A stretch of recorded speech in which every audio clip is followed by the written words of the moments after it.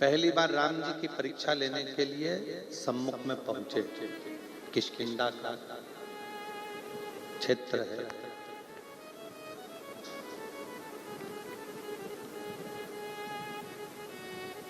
जब हनुमान जी पहुंचे राम जी की साक्षी में, राम जी के सम्मुख में, एक ब्राह्मण का वेश रख रखा है, ब्राह्मण का रूप है, ब्राह्मण का वेश है, ब्राह्मण का रूप है।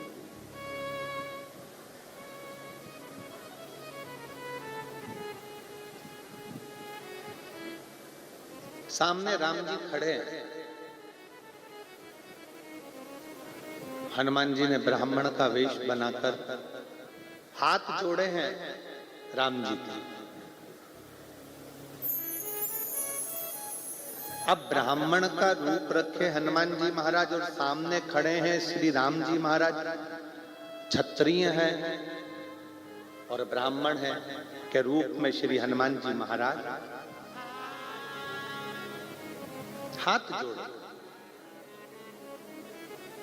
तो दुनिया के लोगों को लगा कि ब्राह्मण सामने खड़े हुए क्षत्रिय का हाथ जोड़ रहा है, पर समझने वाला समझ नहीं पाया हनुमान जी ब्राह्मण का रूप रखकर सामने खड़े हुए राघव जी के नहीं, हनुमान जी भीतर बैठे हुए राम के हाथ जोड़कर सामने खड़े राम से भीतर बैठे राम को मिला रहे हैं।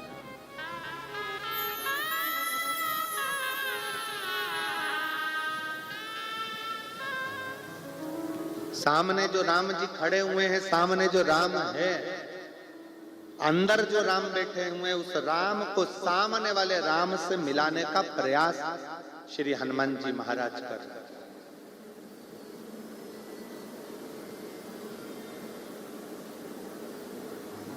सामने वाले राम से भीतर बैठे राम को मिलाने का प्रयास श्री हनुमान जी महाराज कर रहे हैं।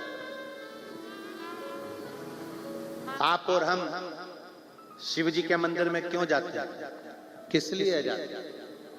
शिव महापुराण की कथा कहती है कि हमारी श्वासों में 21,600 श्वास में शिव समाया हुआ है। इस शरीर के अंदर, चलते हुए शरीर के अंदर जितनी श्वास है, मेरा शिव उस श्वास में समाया हुआ है। जब हम शंकर भगवान को एक लोटा जल चढ़ाने के लिए शिवालय में जाते हैं, शंकर की साक्षी जब हमारे सम्मुख में होती है, उस समय पर हमारे शिव और सामने के शिव का मिलन होता है, जिसके कारण हमारा कार्य सफल हो जाता है।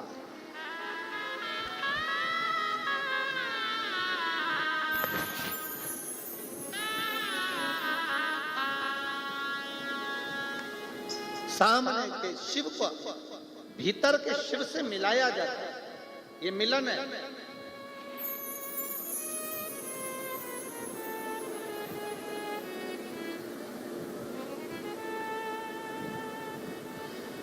इसको मिलनता कहा जाता है। हमारे भारतीय सभ्यता में हाथ मिलाने की परिभाषा है ही नहीं।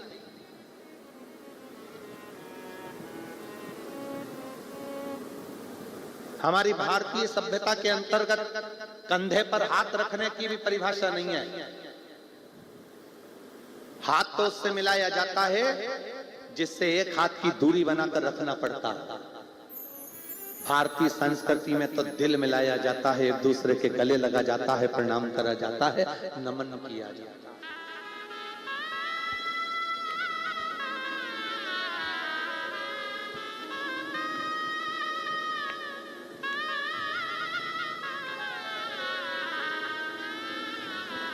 भारतीय संस्कृति में तो हृदय मिलाया जाता है। भारतीय संस्कृति में हृदय का मिलाप होना चाहिए, हृदय का मिलाप।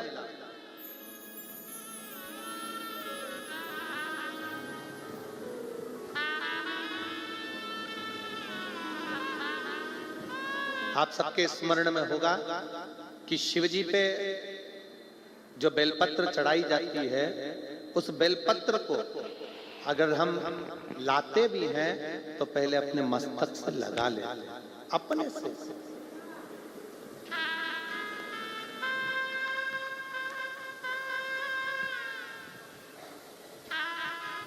शिव जी का कोई पुष्प मिल जाता है, उस पुष्प को अपने सिर से लगा लेते हैं। शिव जी का प्रसाद हाथ में आ जाता है, प्रसाद को अपन मस्तक से लगा लेते हैं। क्यों लगाते हैं? किस लिए लगाते? कोई अतिथि, कोई अपने घर में बुजुर्ग आ गया, बड़ा आ गया, कोई संत आ गया, साधु आ गया, गुरुजन आ गया, तपस्वी जन आ गए, साधु जन आ गए, अपन उनसे कहते हैं साहब आपका हाथ हमारे सिर पर रख दीजिए, आपका आशीर्वाद दे दीजिए, मस्तक पर आपका हस्त रखाएगा तो हमारा जीवन सफल हो जाएगा, मेरी रेखाएं पलट जाएगी, मेरा भाग्य सवर जाएगा।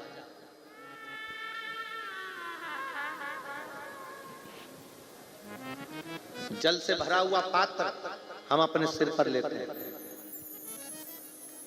आम के पत्तों से, आम के झूमर से बंधा हुआ कलश हम अपने सिर पर लेते हैं,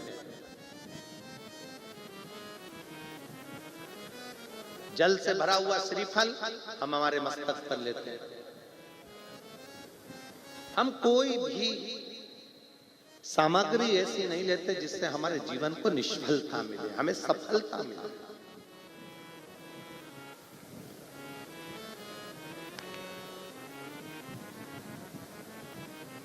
अपने भाग्य को पलटने के लिए हम भगवान शंकर के मस्तक, भगवान शंकर के चौखट पर चरणों में प्रणाम करते हैं, उसकी रज भी अपने मस्तक पर चढ़ाते हैं, जिससे हमारा भाग्य प्रबल हो। एक वो अगर आपने कभी स्मरण किया हो,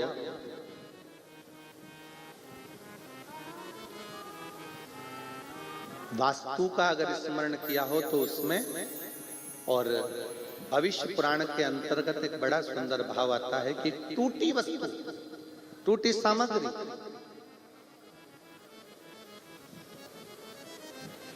अपन प्रयोग में नहीं लेते।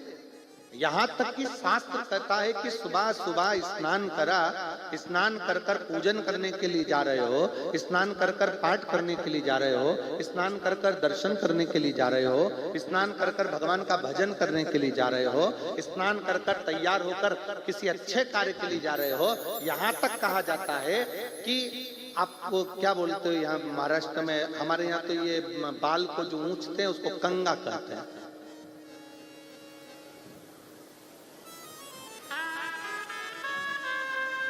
शिव तत्व तो यहां तक कहता है कि टूटा कंगा जीवन को कर देता है नंगा।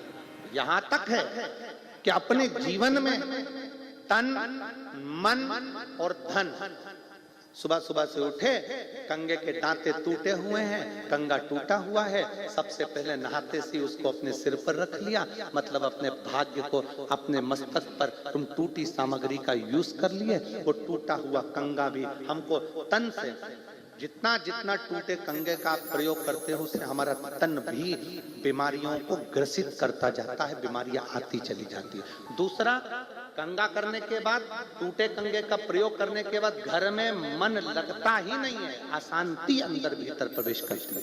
और तीसरा, जिस कार्य के लिए जा रहे हो, धन कमाने के लिए जा रहे हो, वो धन हमारे घर में आता ही नहीं, क्योंकि सुबह से उठकर तुमने वो टूटे हुए कंगे से अपने भाग्य की रेखा को निचोड़ दिया है। उसके 3 दांते टूट गए, 4 दांते टूट गए, टूट गया, बेकार हो गया, तो भी प्रयोग में कर रहे हैं। मस्तक पर वो टूटी सामग्री का प्रयोग अपने शीश पर किया जाए।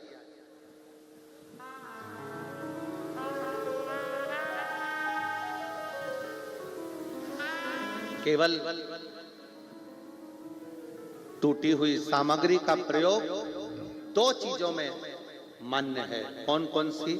अगर एक तुलसी का पत्ता, एक तुलसी का पत्ता अगर प्रसाद के रूप में कहीं से मिला है, उस पत्ते के छोटे छोटे टुकड़े कर कर भी आप अपने घर के लोगों को दोगे तो वो तुलसी का पूर्ण पत्र माना जाता है।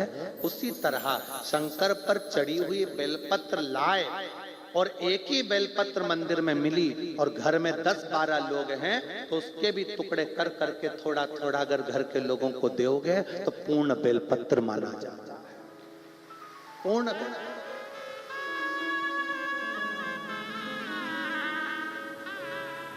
एक तुलसी का पत्ता शंकर भगवान पर, ठाकुर जी पर चढ़ा हुआ, लड्डू गोपाल पे चढ़ा हुआ, कृष्ण जी पे चढ़ा हुआ, राम जी पे चढ़ा हुआ लेकर आए, आपको मिला प्रसाद के रूप में तुलसी का पत्ता। आपने वो पत्ता एक है, रहने वाले घर में 14-15 लोग हैं, तुलसी के पत्ते के छोटे छोटे टुकड़े कर कर, छोटे छोटे टुकड़े कर कर घर के लोगों को प्रसाद के रूप में दिया। उन्होंने पाया, उन्हें ठाकुर जी का दर्शन मिला। एक बेलपत्र मंदिर में चढ़ी हुई मिली। घर में तो 10-12 लोग हैं, बीमारी सबको है, तकलीफ सबको है, पर मंदिर में इतनी बेलपत्र मिलती नहीं है। एक बेलपत्र मिली, हमने उसी बेलपत्र के छोटे छोटे टुकड़े कर कर, घर के 15 लोग हैं, 15 लोगों को जरा जरा सा दे दिया। अर्थात वो पूर्ण बेलपत्र का फल प्रदान करता है, वो पूर्ण तुलसी का फल प्रदान करता है। अब कई लोग ऐसे भी बैठे हैं कथा में, ऐसा नहीं है कि कथा में नहीं बैठे, कई लोग ऐसे बैठे हैं, मेरी काकी की तबीयत खराब है, मेरे भाऊ की तबीयत खराब है, तो उसके लिए एक पत्ता लेकर जाऊंगी, मेरे चाचा जी की तबीयत खराब है, एक पत्ता उसके लिए लेकर जाऊंगी, मेरी माता जी की तबीयत खराब है, एक पत्ता उसके लिए लेकर जाऊंगी। शिव महापुराण की कथा कहती है, अगर शंकर जी पे चढ़ा हुआ एक पत्र भी मिल रहा है, उस पत्र का वह छोटा सा टुकड़ा भी अगर हमको ग्रहण करने को मिल रहा है, समझ लेना कि शिव पूर्ण है। हमने पहले भी कहा, आपके घर में शंकर का शिवलिंग खंडित हो गया, टूट गया, 4 टुकड़े हो गए, 10 टुकड़े हो गए, 50 टुकड़े हो गए, शंकर के शिवलिंग के 1000 टुकड़े हो गए, तो भी वो शिवलिंग खंडित नहीं माना होगा, वो अखंड है, अखंड रहेगा। उसका नाम खंडेश्वर महादेव हो सकता है, पर वो खंडित नहीं मान सकते उसको, वो पूर्ण है और पूर्ण ही रहेगा। टुकड़े टुकड़े हो रहे, जैसे कंकर शंकर की भूमि, सीहोर से कंकर शंकर की भूमि कुबेरेश्वर धाम से आप कोई कंकर लेकर आपने जल चढ़ाया, चढ़ाते चढ़ाते 15-20 दिन हो गए, उसके टुकड़े टुकड़े हो गए, कटोरी में रखे रखे उसके 10-20 टुकड़े हो गए, 15 टुकड़े हो गए, 2 टुकड़े हो गए, वो खंडित नहीं है, वो अखंड है। क्यों हुए 2 टुकड़े? किस लिए हुए 2 टुकड़े? आप लाए कुबेरेश्वर धाम से कंकर शंकर उठाकर लेकर आ गए, पूजन कर कर लेकर आए, टुकड़े हो गए। क्यों टुकड़े हुए? हो सकता है मेरा बाबा तुमको दुगना कुछ फल प्रदान करने वाला होगा, पर कई लोग ऐसे हैं कि उसको विषम परिस्थिति में विचार करते हैं। कई लोग उसको बुरा तत्व, हमारे पास में टूटा हुआ रुद्राक्ष आ गया, हमने सोचा कि टूटा हुआ आ गया, हमारे भाग्य बेकार होंगे, हमारे पास टूटी हुई बेलपत्र आ गई, हमने सोचा कि भाग्य बेकार होगा, हमारे पास टूटी सामग्री आ गई, हमने सोचा भाग्य बेकार होगा। जा रहे थे रात्रि के समय पर, कुत्ता रो रहा था, तो मन में आया ना जाने कुत्ता क्यों रो रहा है, जरूर कोई बेकार होने वाला होगा। अरे हो सकता है कुत्ता इसलिए भी रो रहा हो कि बेचारे को भूख लगी हो, दरवाजा खोल एक रोटी दिया तो चुप हो जाएगा, पर हमारे मन में भ्रम भरा गया, मेरा लड़का बाहर गया, मेरा पति बाहर गया, कुत्ता रो रहा है, मन में विचार आ रहा है। बिल्ली रास्ता काट कर चली गई तो मन में भ्रम आ गया कि बिल्ली रास्ता काट गई, तुम भी तो ना जाने कितनों का रास्ता काट जाते हो,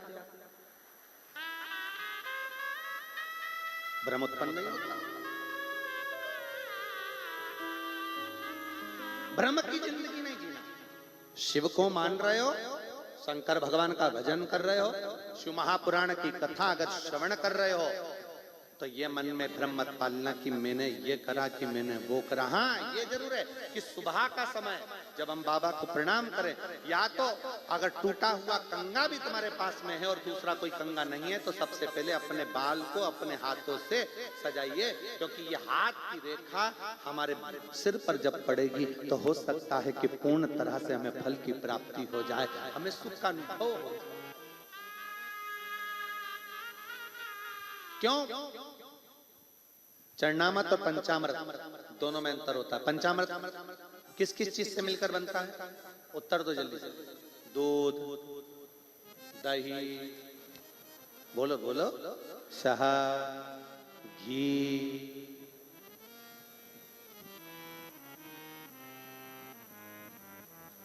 मिश्री, शक्कर। तुम्हारे यहाँ तो शक्कर समझते हैं ना? हाँ, ठीक है। महाराष्ट्र में एक जगह हमने कहा कि भगवान को भोग लगाना है, मिश्री ला दो।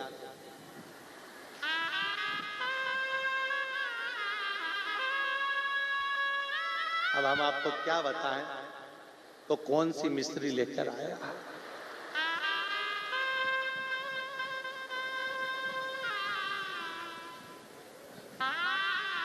कितना बड़ा पैकेट था, और उसके साथ एक छोटी सी चूने की डिब्बी भी थी।